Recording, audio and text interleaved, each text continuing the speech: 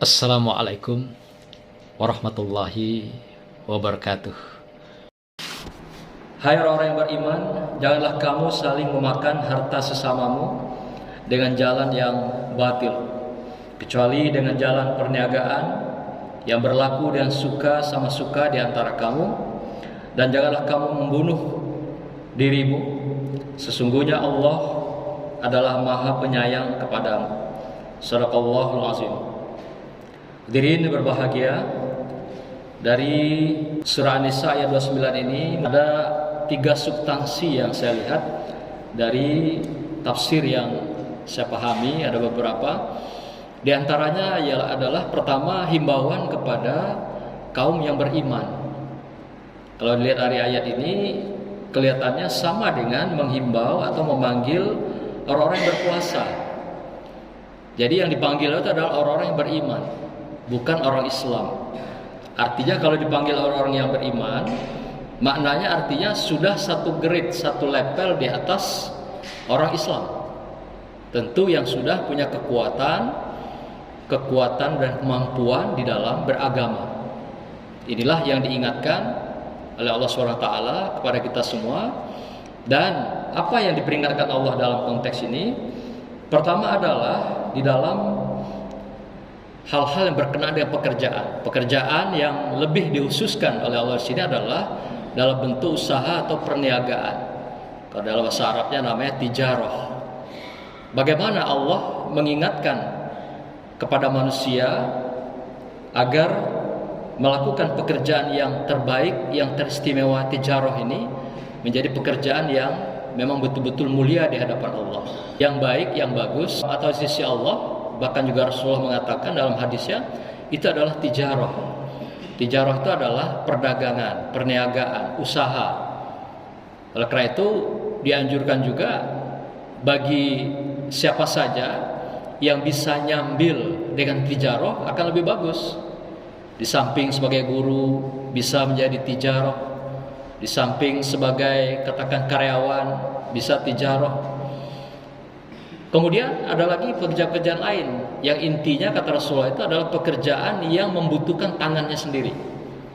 Nah, apa seperti itu misalnya? Ada pertanian, peternakan, perikanan, termasuk guru yang mengajar dengan tangannya sendiri, mengajarkan pada peserta didiknya, itu termasuk pekerjaan yang mulia di sisi Allah Subhanahu wa taala. Nah, tetapi tijarah ternyata tempatnya teratas. Setelah saya pahami mengapa tijarah itu tempatnya teratas, ternyata di dalam tijarah, usaha perniagaan perdagangan itu lengkap semua perilaku atau hal-hal berkenaan dengan akhlak mulia. Maka itu Rasulullah itu dari awal memang sejak dari kecil 8 tahun sudah dikader, dibina menjadi seorang yang ahli di bidang tijarah atau juga perniagaan. Sampai usia 12 tahun dia ikut pamannya, sampai 15 tahun, 17 tahun. Kemudian sampai usia 25 tahun dia berusaha besar-besaran bekerja sama dengan seorang pengusaha wanita, yaitu yang kita kenal dengan Umi Hadijah, yang kemudian itulah menjadi istrinya. Rupanya 4 perilaku yang utama akhlak Rasulullah itu ada di dalam tijarah itu. Mulai dari sidiknya, amanahnya, tablighnya, patonahnya, semua ada di dalam tijarah itu ternyata. Maka itu dikatakan tijarah ini adalah menempati posisi pekerjaan teratas di dalam kehidupan kemanusiaan. Karena memang ditangani sendiri langsung oleh pelakunya.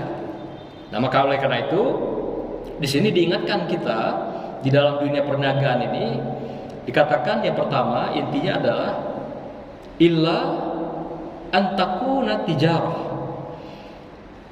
yaitu lakukanlah kerjaan yang paling terbaik itu kecuali dengan jalan perniagaan, yaitu mata pencarian yang dilakukan dengan jual beli.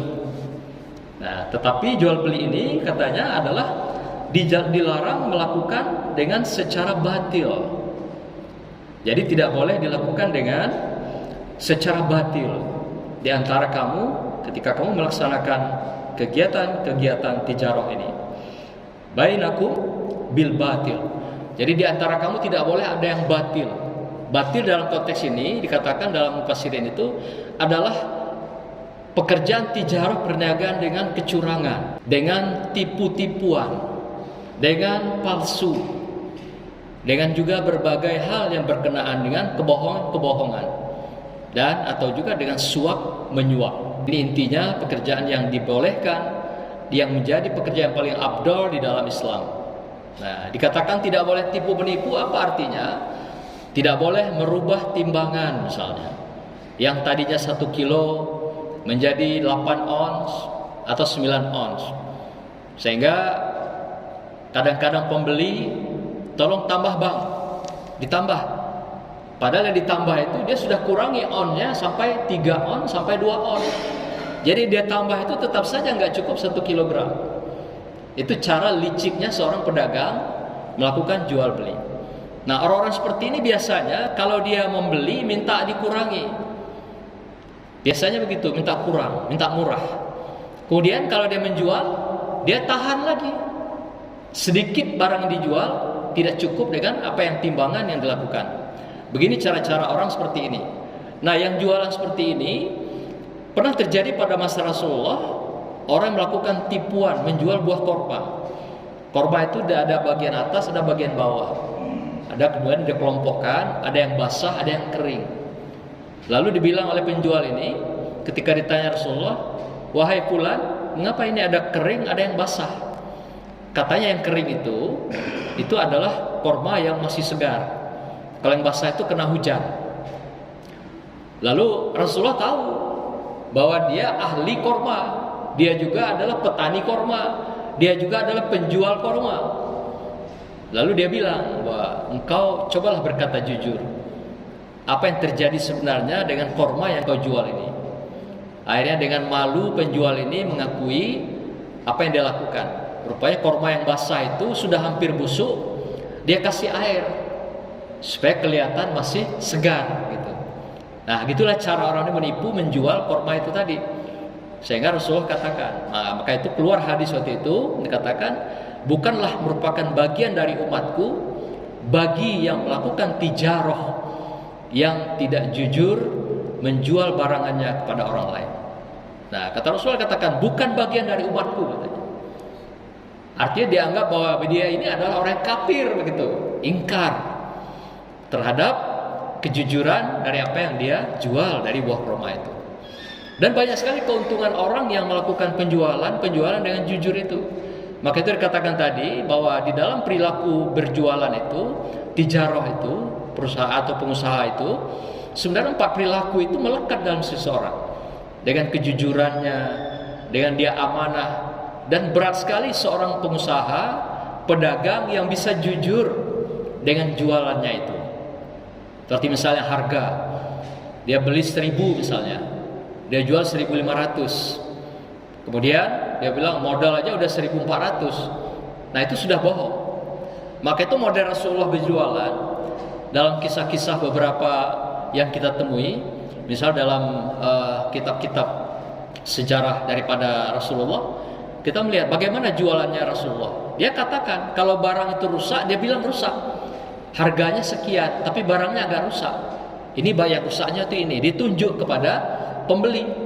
Ini cacatnya, ini kurangnya, ini yang tidak bagusnya. Nah, silakan sendiri lihat harganya sekian. Kalau ambil, kalau mau silakan ambil. Demikian juga kalau harga dikatakan modal saya sekian, saya mendapat keuntung untuk penjualan ini hanya sekian.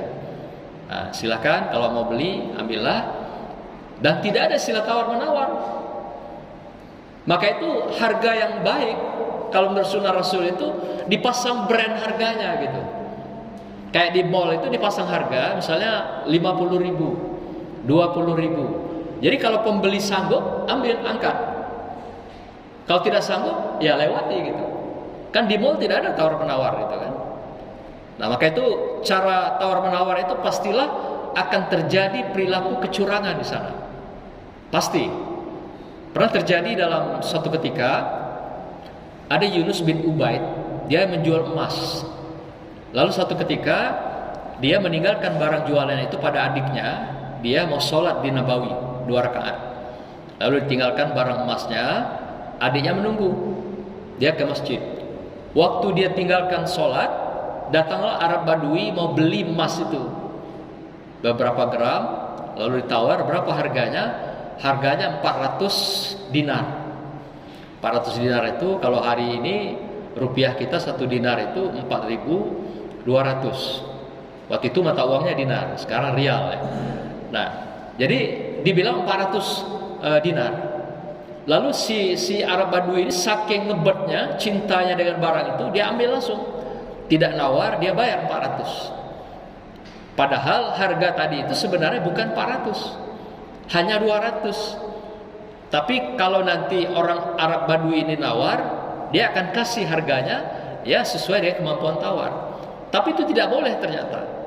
Menaikkan harga sekian kali lipat, udah nanti harapan bahwa pada akhirnya dijual hanya di harga 200. Tidak boleh ternyata dalam tijarah, dalam Islam. Maka itu ketika Yunus bin Ubaid ini keluar dari masjid, dia ketemu si Badui ini. Dia lihat tadi keluar dari tokohnya. Lalu dia tanya, "Wahai saudaraku, Anda beli apa tadi di tokoh itu?" "Oh, saya beli emas gelang." "Berapa harganya?" "Harganya 400 dinar." Betapa kagetnya si Yunus ini, karena dia tahu bahwa barang yang dibeli itu hanya harga 200. Lalu dikatakan pada Arab Badui ini, "Saudaraku, maukah kita kembali ke warung saya atau ke toko saya? Nanti uang kamu saya kembalikan. Karena harga itu hanya 200. "Oh, tidak apa-apa. Saya merasa puas dengan harga 400 itu. Karena di kampung saya," kata si Arab Badui itu 500 harganya. Jadi memang sudah lebih mahal juga dijual di kampung dia. Tapi di toko ini dijual 400, masih lebih murah harganya dibanding di kampung dia. Lalu dibujuk oleh Yunus, tadinya dia nggak mau, akhirnya mau juga lah si Arab Badui ini kembali ke tokohnya. Lalu sampai di toko dikembalikan uangnya yang 200, karena harganya cuma 200. 200 itu pun dia sudah untung gitu. Nah, tapi dinaikkan jadi 400, bayangkan inilah cara kerjanya sistem perdagangan kapitalis, Bapak Ibu sekalian. Kalau mau kita pahami sistem kapitalis itu seperti itu. Apalagi kalau sistem hukum pasar itu ada supply and demand. Supply and demand itu kebutuhan.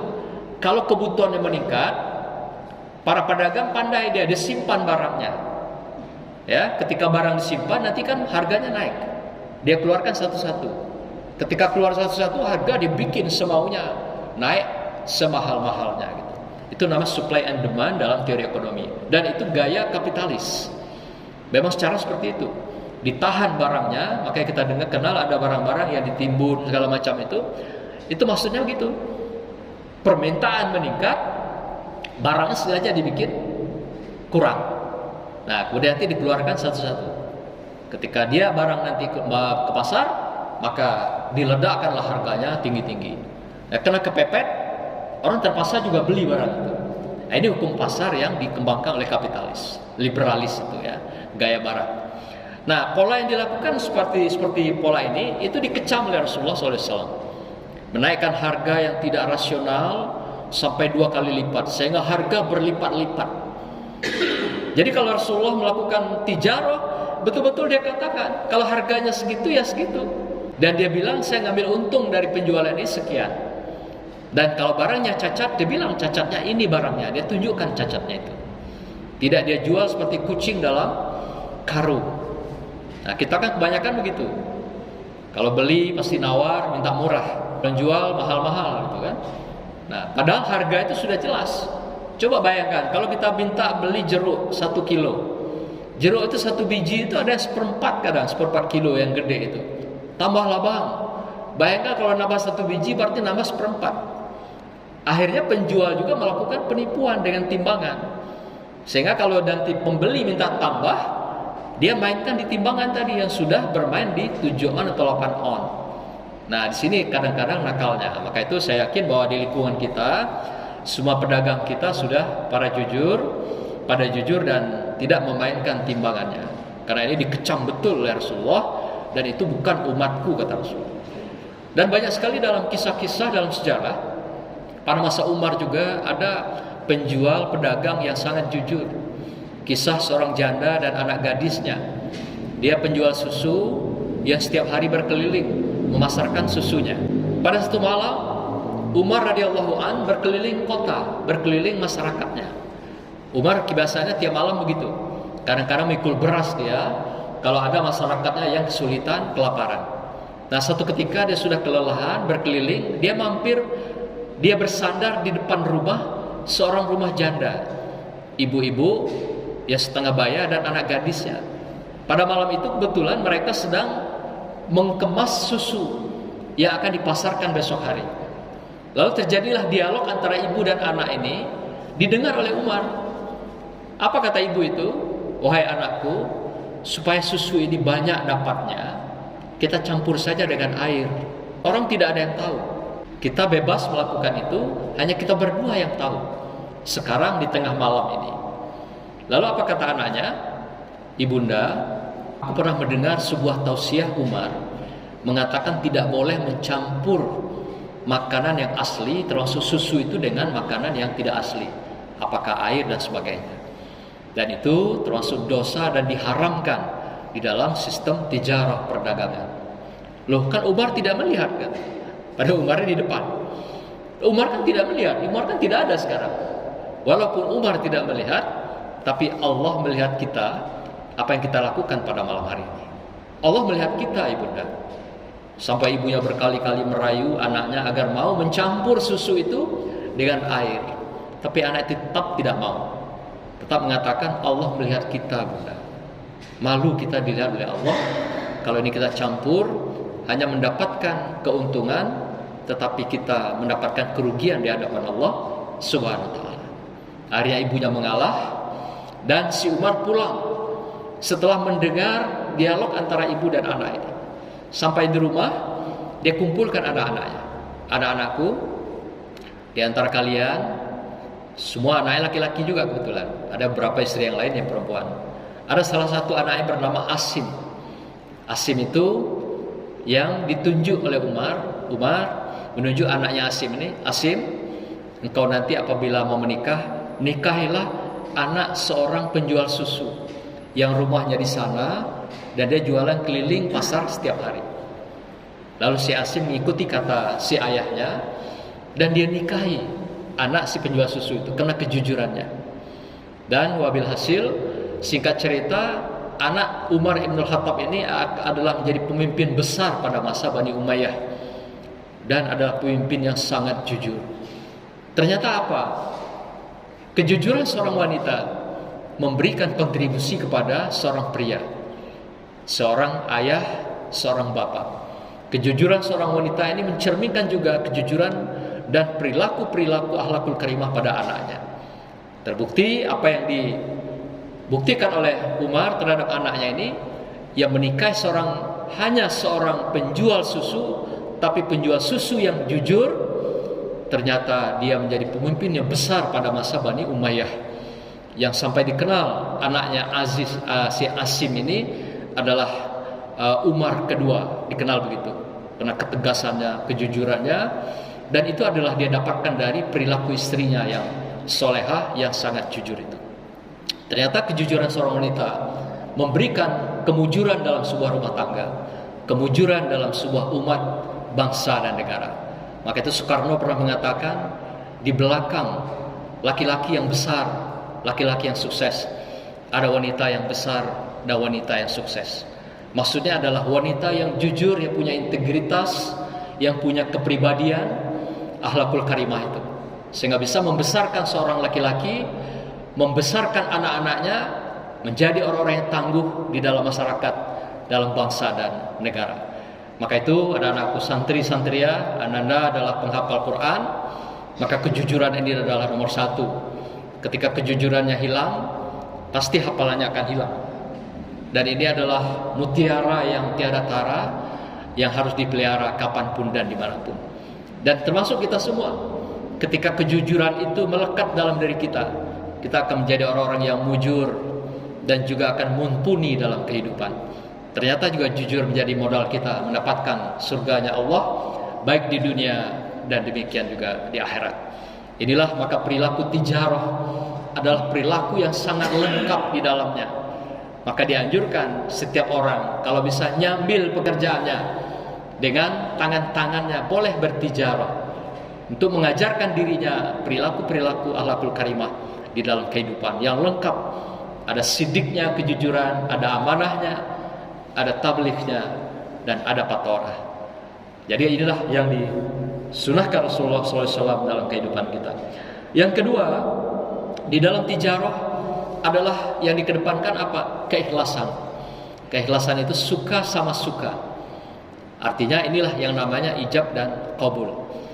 Ijab qabul adalah kalau pembeli mengatakan aku beli ya, dan penjual mengatakan aku jual ya. Itulah ijab qabul yang dibangun dengan keikhlasan suka sama suka. Sehingga ketika itu juga seorang pembeli tidak lagi ada sawa sangka, tidak ada lagi kesal dan kecewa. Karena banyak juga orang yang dijual contohnya adalah yang manis.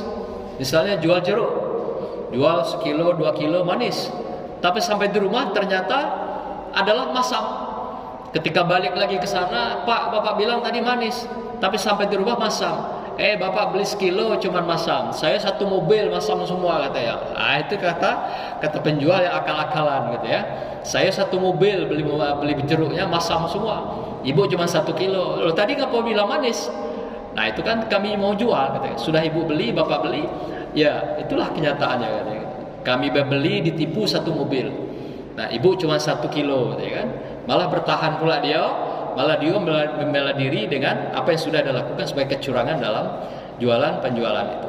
Maka itu di dalam penjualan ini, di samping keikhlasan tadi, kita juga tetap berpegang dengan adanya ijab qabul. Ketika jual beli, betul-betul yang dijual sesuai barang dengan apa yang dijual dan apa yang dibeli, dan kemudian juga kita juga menjual apa yang dijual, itulah barangnya yang sebenarnya nanti sampai di rumah. Ini sampai di rumah kadang-kadang beda rasanya. Yang dicontohkan bagus, yang dicontohkan manis. Ini juga dikatakan Rasulullah tadi bahwa dia bukan umatku yang melakukan kecurangan dalam penjualan yang demikian. Terakhir Allah katakan dalam ayat ini, wala taqul anfusakum, dan janganlah kamu membunuh diri atau saling membunuh. Ternyata akibat dari sebuah perdagangan juga dalam hal perusahaan ini atau usaha ini bisa membuat orang saling bertikai dan membunuh, saling membunuh. Kenapa? Boleh jadi dengan penipuan, kebohongan dan sebagainya. Dan tidak sedikit orang pun bunuh diri gara-gara gagal, gara-gara juga pilot misalnya, mungkin dengan kecurangan, tipu-tipu, dan suatu ketika mereka diazab oleh Allah, diberikan kerugian dan kewalangan sampai bunuh diri. Ternyata banyak juga orang yang gagal dalam perdagangan ini, tijarah ini yang sudah besar, mereka sampai bunuh diri. Dan tidak sedikit yang saling membunuh atau juga menghancurkan perusahaan-perusahaan itu. Kita kenal dalam sistem perdagangan kapitalis liberal yang bebas, ada namanya yaitu perdagangan dengan dumping. Dumping itu adalah sistem untuk menghancurkan orang atau kelompok orang-orang tertentu. Ini pun tidak boleh dalam Islam. Contoh misalnya, ada 10 orang kelompok dagang, yang 9 berkelompok, dia menghancurkan 1 orang. Caranya gimana? Barang yang dia punya di toko 9 itu dia tekan harganya. Kalau harga 10.000 dia bikin 6.000. Sementara harga teman tadi tetap 10.000 atau 9.000. Ya orang pasti lari ke toko dia. Itu namanya dumping. Dalam sistem liberal kapitalis seperti itu. Itu cara mereka menghancurkan sekelompok orang atau seorang perusahaan yang berlaku. Itulah cara perusahaan menghancurkan pedagang-pedagang atau perusahaan-perusahaan yang diantara kelompok atau sekitar lainnya. Nah, inilah cara-cara dumping. Nah, ini juga dilarang oleh Rasulullah SAW dengan cara kecurangan perdagangan yang seperti ini. Nah, Bapak Ibu sekalian, dengan An-Nisa 29 ini mengajarkan kita tijarah adalah diingatkan kita adalah pekerjaan yang terbaik. Di samping pekerjaan yang terbaik itu adalah yang dengan tangannya sendiri, yang dikerjakan sendiri.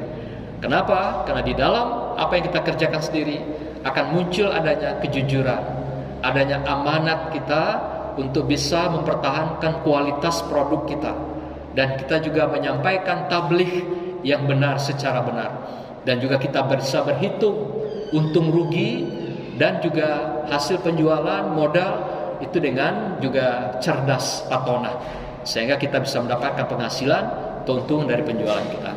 Semoga dengan apa yang kita sampaikan pada hari ini, kajian ini akan buka pikiran kita, saudara kita, keluarga kita, dan anak-anak kita. Di samping menjadi ilmuwan-ilmuwan, tijarah pun patut kita ajarkan pada mereka.